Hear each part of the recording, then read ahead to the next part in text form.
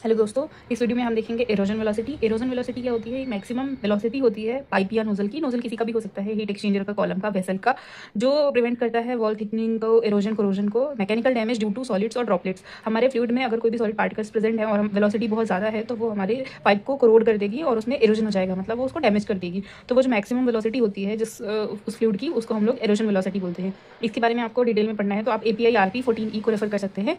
और इसको निकालने का फॉर्मूला होता है VE, erosion velocity is equals to C यहाँ पे हमारा एम्पेरिकल कांस्टेंट है, इसको एरोजन कांस्टेंट भी बोलते हैं।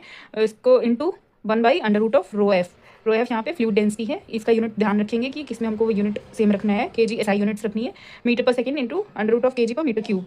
ठीक है, और फ्लूइड डेंसिटी की यूनिट हो गई kg पर मीटर क्यूब।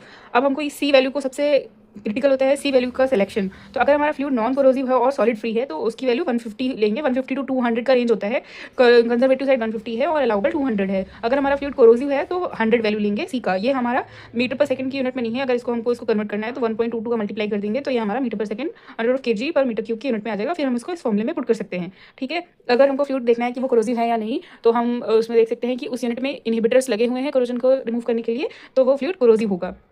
और फिर हम इसको कंपेयर करेंगे कि Q इज टू AV की फॉर्मूला से हम उस फ्लूइड की ऑपरेटिंग वेलोसिटी निकाल सकते हैं इजीली। अगर वो ऑपरेटिंग वेलोसिटी हमारी एरोजन वेलोसिटी से कम आती है तो वो एक सेफ प्रोसेस होगा।